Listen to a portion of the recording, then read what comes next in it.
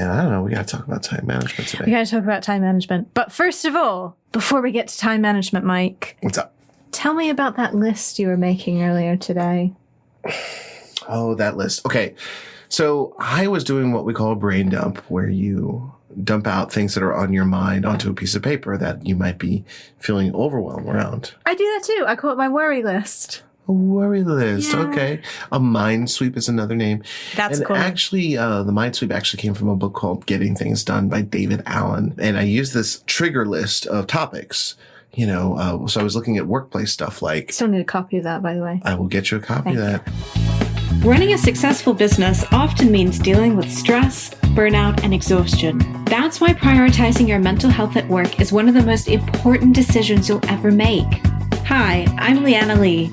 I'm Mike Vini, and this is Bettermental. Join us as we share tools, tips, and strategies to help you build better systems for health and business growth. Ready? Let's get to work.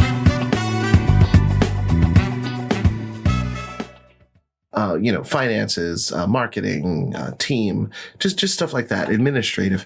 And so I'm writing down things because I was feeling overwhelmed and not in control of my time. I've been feeling really overwhelmed lately. So taking the time this morning to pause and sit there with coffee and just slowly write the list really grounded me and made me feel a lot better. I love that. Because time management isn't the easiest thing for me. It is not. I mean, for me either. Really. Yeah. It's tough. Oh, welcome to Bettermental. This is being recorded on video too. Yes, welcome to Bettermental. We're back. Yes. We are. We're feeling out of control. No, we're acting out of control. No, we're feeling out of control. People are feeling out of control. People are feeling out of control. Overwhelmed. Missing deadlines, feeling tension headaches and irritable and losing business because of time management. Well, it could be something else actually, but we think it's probably something to do with time management, largely because this episode is about time management. We kind of need to talk about time management. So time management, I could say it again. Tell us about time management. Well, before we start though, if you're struggling with mental health, please talk to a professional. Yes, please do. And let me just say that. Let me just say what I said to you all again. Feeling out of control, overwhelmed, missing deadlines, tension headaches, irritability, losing business. That could be a sign of depression. Yes. So it's important to rule that out first. And again, we have an episode, a whole series from last season on finding a therapist. We encourage you to do that. Great thing for business owners. But I wanted to bring up some statistics around time management for business owners. Take it away. That I learned from timedoctor.com that I'm going to read to you right now.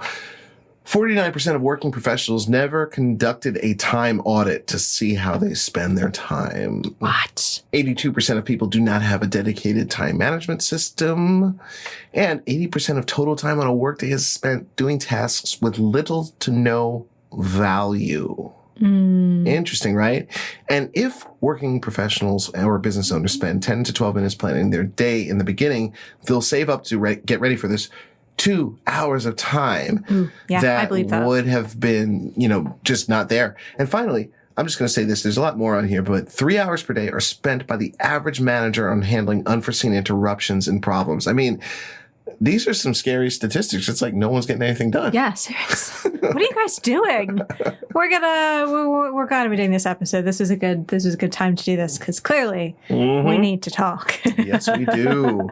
So there are a bunch of different ways that people kind of manage their time, right? I think of scheduling. I think of work-life balance. I think of lots and lots of other things. But I want to start with scheduling because that's kind of how you structure your workday, when you work, and everyone kind of has their own approach to that. And for me, I live with PTSD, with situational depression and anxiety. So for me, it's really about managing energy each day, but not just energy, but also the projects that I do that week. So I'm a writer. I've got deadlines. I've got projects, I've got deadlines. So I found that I do my best work kind of in the morning and in the evenings. I tend to book, kind of set aside 2 to 3 hours kind of at the beginning and the end of the work day for that. and try not to work weekends. So that's kind of my overall schedule. It doesn't usually happen that way. I often work on weekends, but that's usually for a bunch of different reasons that I'll talk about later. Another kind of scheduling thing for me is around chronotypes. Now, we talked about chronotypes last season. I believe it was episodes 2 and 3. So that was within our kind of stress management for business owners mini series. So please go check that out. But essentially, chronotypes are your natural sleep cycle. They indicate your natural sleep cycle. I am bear chronotype, so that means that, again, I tend to have more energy in the morning and again in the evening with kind of sort of a dip in energy in the afternoon, sort of lunchtime. So I have learned to work my work schedule and major projects around those facts and those needs. How about you, Mike? I know it sort of changed because you travel so much. So it's sort of, it must kind of change depending on where you are and what you're doing. But hold on. You're a bear. I'm a bear. Roar. I didn't know that. Okay. Yes. Good for me to know. Yes, I'm a speaker. I wonder which one you would be. I don't remember the different ones, but no, I'm a speaker. I'm traveling all the time. My schedule is different every week. Where I need to be, sometimes it's a virtual event, sometimes it's a live event, sometimes I have 2 in one day, 4 in one day, and I'm in different countries. And so the thing is, my schedule is always changing. The cool thing about it is I know about it weeks in advance. So I can mentally prepare for whatever it is that's coming up. And at the same time, when I'm not doing my speaking, sometimes running my business, I'm sitting here recording videos, doing podcasts, I'm doing email or just trying to organize my office because I can't ever, keep anything organized. And so the thing for me is, what role am I playing? And for all of us in our businesses, even if you're the CEO, there's still multiple hats that you wear. We all wear multiple hats. I know for me that I'm the CEO of my company. I'm also the instructor that's on video for courses and the speaker, but I'm also the sales manager. And that's right. That's true. So for all speaking engagement sales, book sales that come through, I'm the manager of that. So I have to adjust my schedule based on what role I need to be in. And I think that's a very important question to ask yourself is, what role am I in or do I need to be in right now? And sometimes we want to be in a role, but that's not the role that we need to be in. For example, I have a friend who, this person doesn't really like doing strategic stuff in their business, and it's hurting them because they're stuck just doing projects and working with clients, but it's not building the business. Are you talking about me? I'm not talking about you. Am I talking about you? You could just say so, Mike. You just totally look guilty right there. I was not talking about you. Wow. That's for the last couple months of my life. Guilty. So what about, self-care? I just want to say this. Actually, yesterday, I reached out to one of my mentors who is, I'm not going to say who, an actor in Hollywood. And oh, yes. I know who you mean. And basically I asked them about my schedule and how they manage a similar schedule with filming and stuff. And this person said to me, sleep. Sleep, focusing on sleep. So basically, one of the things I'm going to start doing that I didn't even tell you about is start really focusing on my primary focus is sleep in my day. When am I getting my sleep? How much am I getting? And going to build everything around that for my self-care. And that's where we also go into something called work-life boundaries. Yeah, so it was originally work-life balance, but Mike and I had a bit of an argument about that. A fight. A fight. Knockdown, drag-out fight. So I think we sort of different definitions sometimes. I think of work-life balance as this kind of choice of where your boundaries fall, but kind of how Mike defines it, and then honestly how most other people define it. I am in the minority here. How most people define it, how it's been defined before, is work-life balance equals work-life separation. So there's work-life balance, and then there's work-life integration. So that's just kind of, there was just a thing. So I said work-life boundaries because just to indicate how you work, kind of the things you prioritize throughout the day. I talked about things like when I work, the time of day I work, when I try not to work. And that is part of work-life boundaries, but it also goes a bit beyond that. So for me, I'll get to me in a second, because first let's kind of go over the kinds of boundaries. And so the main ones, again, you've got like work-life balance or separation, which is where you keep your working life and your private personal life very much apart from each other. So that's your sort of traditional 9 to 5, where you clock in, you focus on work, you clock out, you focus on family, and never the twain shall meet, essentially. And then on the other side, you've got work-life integration, which is a bit more of a modern concept, if you will. And it's this idea that these two things coexist, and you're often bouncing kind of between one and the other. You know, maybe you'll be taking a call while you're fixing lunch, is sort of an extreme example, or you're sort of taking a call, running down to fix lunch, you're taking the dog out, you trash, dishes, back to work, and you fit all these things in around your day. And then if you have a traditional job where you go to an office, maybe you are taking a longer lunch break and you're picking your kid up from school, or you're going to a doctor's appointment, you're running an errand, you know, groceries in the car as you come home, kind of thing. So, and then there's actually a hybrid approach. So if you prefer to do a little bit of both, if you're not kind of fall into either camp, or sort of conversely, if you are in different places at different times of your life or different jobs, hybrid. So yeah, those are kind of the three main approaches. What would you say is yours, Mike? My approach is to use my planner, which I lost.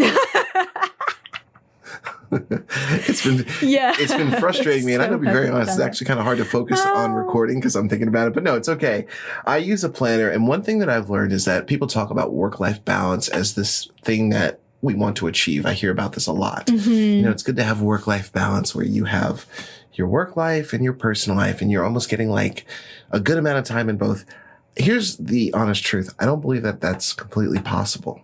Yeah, I don't think I believe that work-life separation equals balance. Okay. Because I mean, like I said, work-life balance is supposed to equal separating the two. That's supposed to be the thing. Yes. And also putting time into the two. And the reality is, I think, you know, one of the things I talk about is focused and balance. So, for example, you know, we're doing recording of episodes today for the podcast. We're blocking out time to do that. Yeah. So we're both working around full time on our stuff. So this is like maybe not how we wanted to spend a Saturday, but that's what we're doing to get this done for this time. It's not going to be every Saturday that we're doing this, but maybe if you live closer, it would be. I don't know. But the thing is, I don't live anywhere. I'm nomadic. That's right. You are nomadic. So the thing is, we have to go into periods of focused and balance. Yeah. And that could be for personal life. Maybe you just need some time off. You were talking to me before about taking some time off. Yeah. And actually, that's kind of where I fall. So that's a great transition. Where I fall in terms of work-life balance or integration, my approach is more hybrid. So right now, I'm sort of in a focused and balanced period where I'm really busy. You've got that like feast or famine cycle, right? Business is booming right now. So I've got a lot of work. So that means I tend to work more weekends. I tend to work more late nights to get projects done. Any way that I can kind of elongate a deadline. So if I, instead of like cramming it, I tend to focus on it a bit. I'm a bit of a procrastinator, but I like to elongate things so I have a bit more time to kind of focus on things in different capacities. So I separate some stuff and I integrate some stuff. And I think that is kind of the ideal approach, to be honest with you, because I don't think separating completely or integrating completely necessarily is useful because it's not really a balance. Something is unbalanced there. But as you said, imbalance is sometimes important. It is. But kind of like we were talking about before with controlling and managing your emotions, everything starts out with measuring. And I used to have this sign, I might have said this on a previous episode, probably multiple times, that I used to have the sign in my office that said measurement eliminates argument. And it's this reminder that in life, you can manage what you can measure. You know, if you can measure it, you cannot, there's no argument right there. And how many times do we get into an argument with someone based on our opinions and what we believe, but not actually measuring, saying, you know, this is...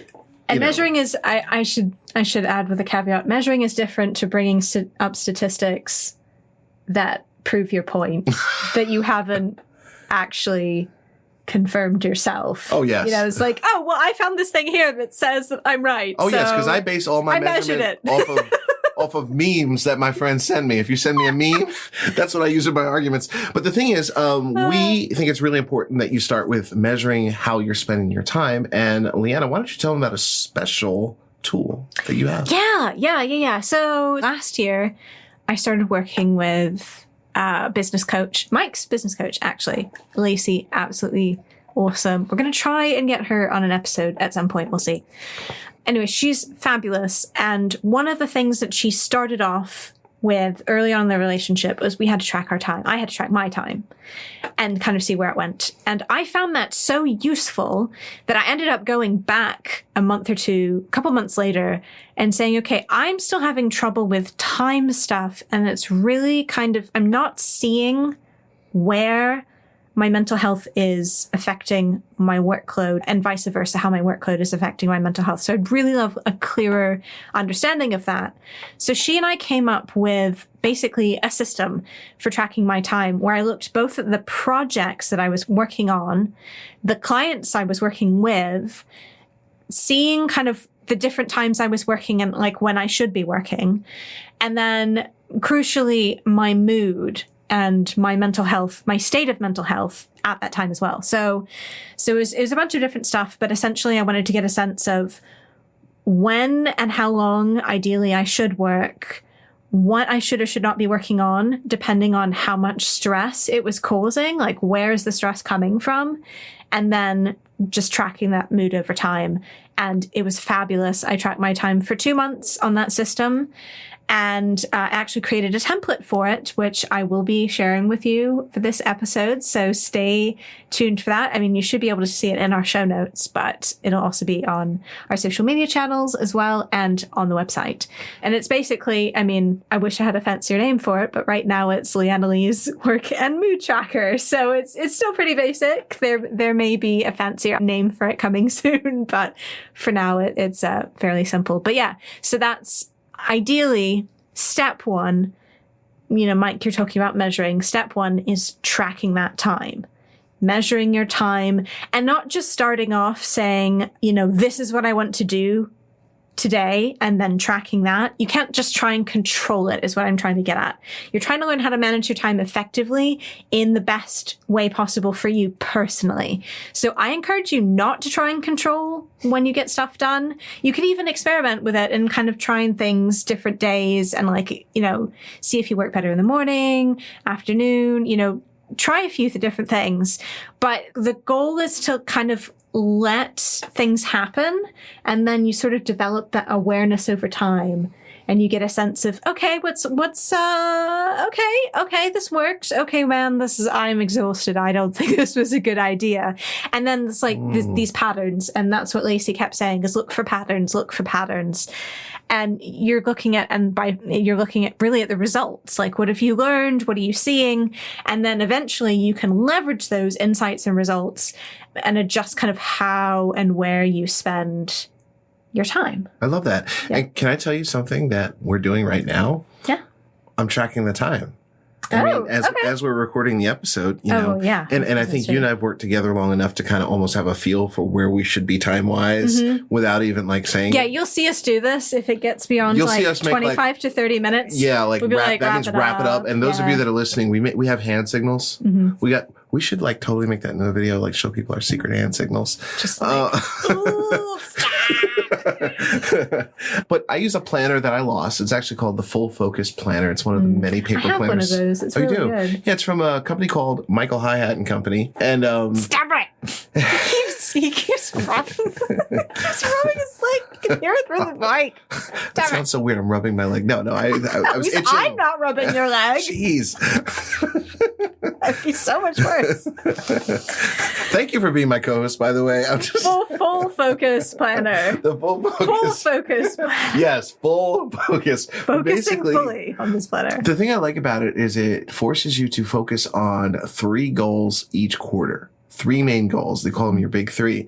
And each day you create 3 goals that are from a derivative of your big 3.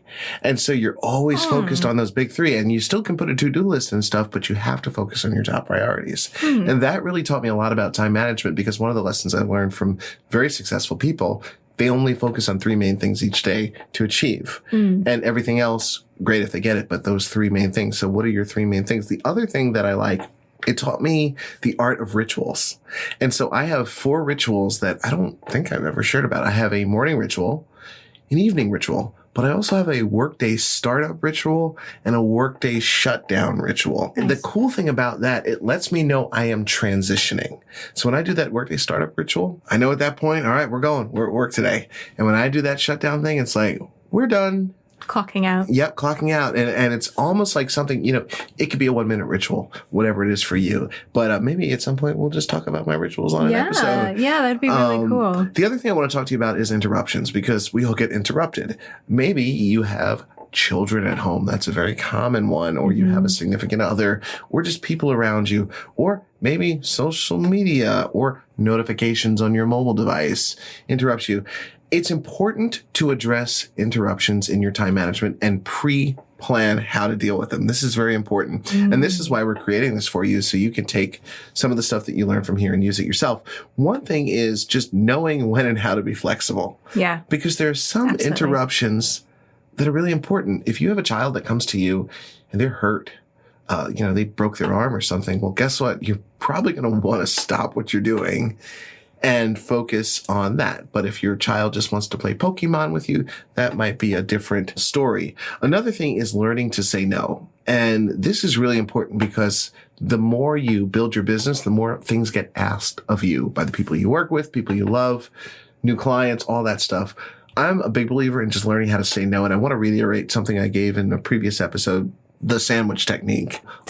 I don't remember that. What was it? What was that? Did I give that in an episode? I don't know. Maybe I thought I did. Okay. Well, basically, it's from a book, the William Urey's book, The Power of a Positive No, where he talks about you say no by acknowledging the person, number 1, saying no very politely, and 3, offering an alternative. For example, if I wanted to get coffee with Leanna, but she just did not want to get coffee with me, she would say, Mike, it's so great that you're in town and you want to get coffee with me. I would love to see you.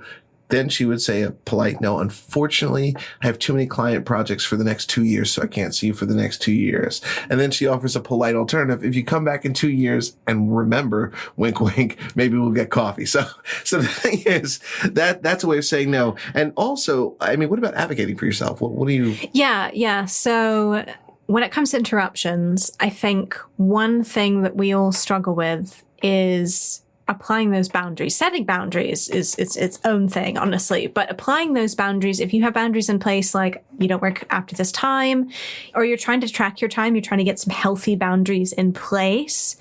If you're interrupted, it's important to step up and advocate for yourself and remind people why this is, why you need what you need, and why you can't work with them in that moment.